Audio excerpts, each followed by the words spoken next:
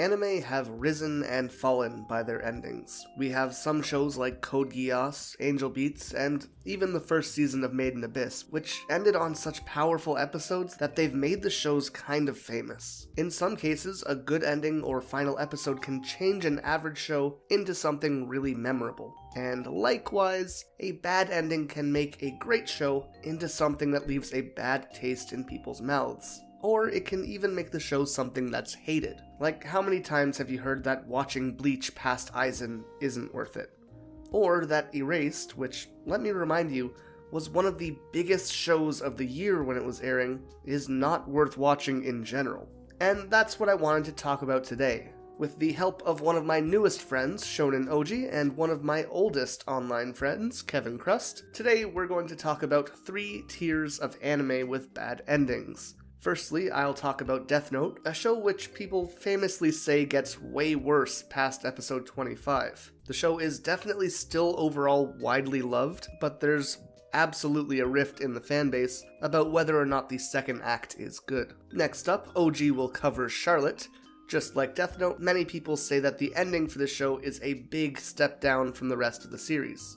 However, many people say that the show as a whole is not worth watching because of it, unlike how people say Death Note is still definitely worth watching. Finally, the big daddy of disappointing endings to both myself and Kevin, Erased, a show which was universally adored during its run, and which many people will tell you to just forget about ever since they saw the last episode or two. 3 different shows, one with a disliked ending but which is still regarded as great, one with a rough ending that is now labeled as hot garbage, and one show which started as a masterpiece and has totally fallen out of anime fans' favor. We'll be taking a look at the endings of these shows and giving our opinions on how big of an impact the endings really gave to the overall quality of the series. And of course, since we are talking about endings, there's going to be spoilers ahead. If you enjoy the video, be sure to leave a like, subscribe, and absolutely check out both of these guys' channel. Both Kevin and Ouji do some really great work, and I'm sure you will love what you find on their channels. With that being said, let's get into it.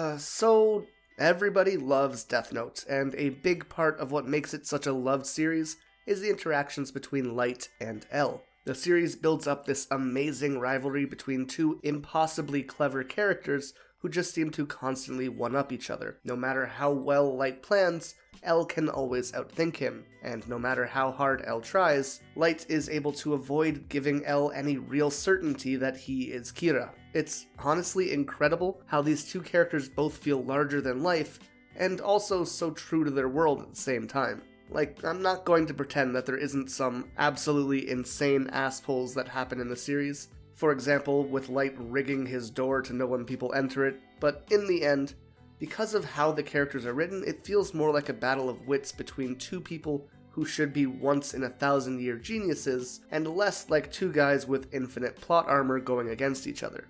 Of course, as anyone who has seen the full show knows, neither of these characters have plot armor, and we get our first glimpse of that around episode 25, when Light finally wins and L dies. It's a pretty big payoff in the series, it's impactful and powerful, and it just feels so off. Light is the protagonist, but he's definitely not the hero of the story. Just because we see the world through his eyes doesn't mean that he is in the right, and when he beats L, it feels too much like the villain has won, and that's because he had. But naturally, the story doesn't end with L's death. Instead, Nier shows up and takes L's place. Now, listen, I get it. I know why so many people dislike the second big arc of the series. When the whole framing of the show is set up to focus on these 2 unbelievable geniuses, it's definitely a shift when one of the characters leave, and then L is replaced with another once-in-a-millennia genius. It can definitely feel strange. Like, to watch the show in general, you have to suspend your disbelief enough to believe that these 2 characters can exist. And that's fine, you have to have some level of suspended disbelief for any anime that you watch. But to have a third person who seemingly appeared out of nowhere, that can rub people the wrong way. But did Nier actually ruin the show like so many people say? I would argue that he didn't really derail things at all. Instead, I think Nier is the most natural conclusion. At the very base level, Light was not allowed to win the fight. We can't really end the series with the villain or the anti-villain, whatever you want to call him, being the winner. So when L is killed, naturally the message is that even when a hero is taken down, someone can always step up to take their place and save the day. We see the same thing in loved shows like Gurren Lagann, with Simone taking Kamina's place. But the difference is that Gurren Lagann is presented less as a battle between two specific individuals, and more as an adventure to save humanity. The framing is the big difference in how these two stories of passing the torch differ, and I totally get that that is important. But from the outset, Light could never be the winner, so having Nier take up L's mission and finally corner Light might actually be the best ending possible. If Death Note's first 25 episodes follow the story of two geniuses in a battle of wits and ideologies, it definitely comes to a close with the message that sometimes justice can take a hit. The good guys don't always win in life, and they certainly don't always win right away or without sacrifices. But here's where the second arc comes in. As long as someone is willing to rise up and take the place of the heroes who came before them, there's always a chance for good to finally triumph. People often look at Death Note as two stories, and I really think that's where the disconnect can be. But if you look at the themes of the story as a whole, with both arcs working together, I definitely don't think that the final arc with Nier ruins anything like you often hear. Instead, I just think this is a near-perfect ending to an amazing show. The only thing that could have made this a better ending for me is if we had seen some foreshadowing towards the existence of Nier earlier in the series. While Charlotte received plenty of criticism, there are 4 major complaints that it seems to narrow down to. The season was too short, the final episode was too short, the time travel was an unnecessary complication, and Yu's amnesia ruins his character. And these are all perfectly understandable. However, none of these criticisms undermine the show's overall success. Charlotte is a show meant to explore the unique value of the human experience, and this is exactly what it accomplishes. But before I explain why Charlotte still works, let me start by addressing the time travel. Sure, time travel was an interesting layer to the story, but it ultimately complicates the story and undermines the impact of big scenes that are undone as a new timeline revises the plot. Even so, the time travel isn't completely ridiculous, because it's hinted at in earlier episodes, reasonably contributes to the plot, and helps explore the story's central theme, which I will get to in a minute. Regarding the show's length, Charlotte is definitely too short. While it's great to tell a concise story, Charlotte is too short because it fails to spend enough time expanding on its characters. Yusa and Misa get a nice scene towards the end, but they're basically irrelevant between this scene and their introduction. Takajo should be a character that puts on a strong face despite his own pain, but is instead reduced to a gag that gets very old very quickly. Now, even though the season should have been longer, the final episode doesn't necessarily need to be longer. Of course, it would be great to expand upon Yu's mission and explore different kinds of experiences with abilities across the globe. However, this is not the purpose of this mission. While this absolutely would have enhanced the story, we already have an understanding of the spectrum of ability users.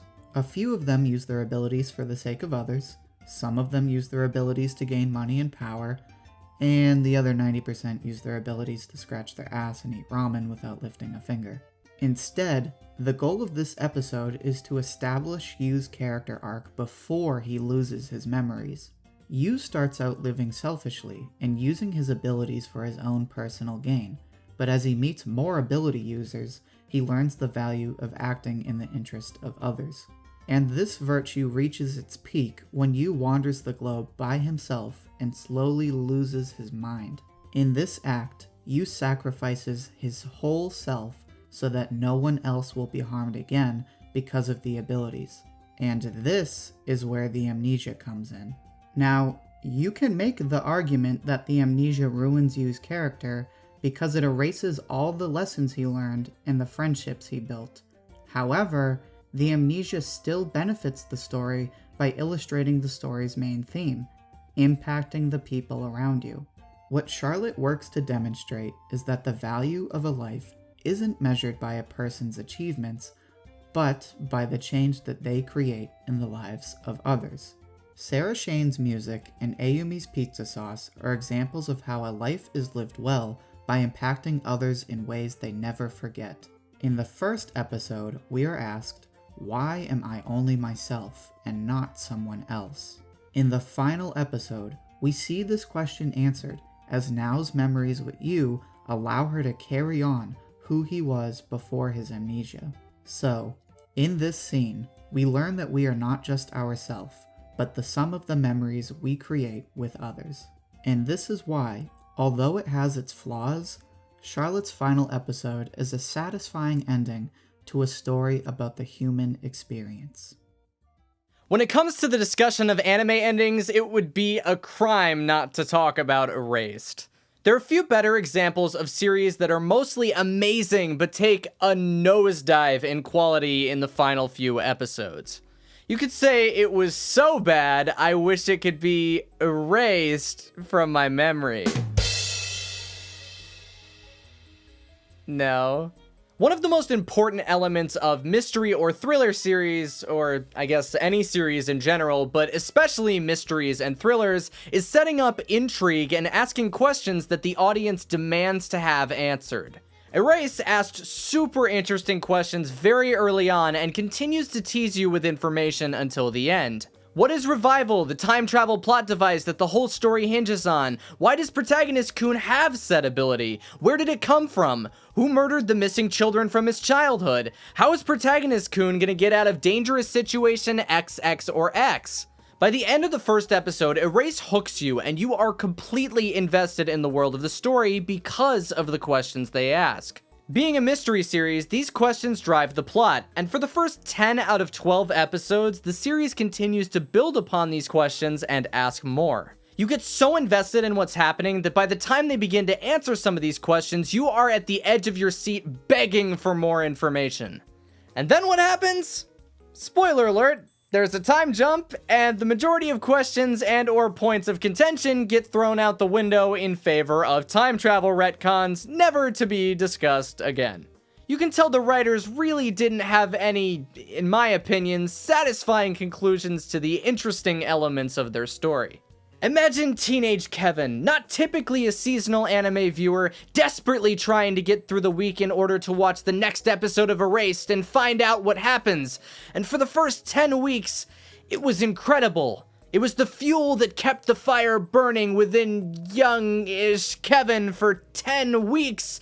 Then all of a sudden, it turned to complete shit. Until I recently exorcised my Erased demons by rewatching it with a friend, the ending still sucks by the way, I had not touched a seasonal anime or airing TV series because the ending of Erased gave me trust issues with week-to-week entertainment. This is why proper setups and payoffs within a story are essential to leaving a lasting, positive impact on your viewer. You can have the most amazing, intense, suspenseful 10 episodes ever written with great characters, an intriguing story, constant twists that grab your audience more and more, leaving them desperately begging for the next episode. But if you don't deliver on your promises, then your viewer may end up in a YouTube video 4 years later complaining at length about how your series ruined their life. Now, when it comes to anime, a lot of people will excuse a poor ending, at least partially, if it follows the source material. Whether that be a manga, light novel, movie, book, doujin, etc., but I don't think that's a valid excuse. Part of the adaptation process is rewriting elements that did or did not work in one form and adapting them to work in another. Erased could have easily rewritten its ending completely had they felt the need to do so, especially given that they didn't adapt the original ending one-to-one. TLDR, your ending matters, and I'm still very, very upset about Erased. And that's everything for today. My opinion on why Death Note's, quote, terrible second half is actually great. Ouji's opinion on why the hated ending of Charlotte is actually totally fine. And Kevin's opinion on why Erased's ending is actually hot garbage. Depending on the main themes or the message of the shows, or even the emotional impact the series can have, the ending of a series can be more or less important towards the series itself. However, if the ending matches the themes of the rest of the show, they're usually loved, but if they deviate too far, like Erased did, it tends to be pretty hated. Even if you look at shows like Naruto, you can kind of see this. The addition of Kaguya just didn't fit with the rest of the series, and it actively took away from the buildup of characters like Obito and Madara. I'd say that it's kind of the same effect as Erased in that way. But what do you guys think about all this? Do you agree with our views on these endings? And what are some of your favorite and least favorite endings in anime, and why?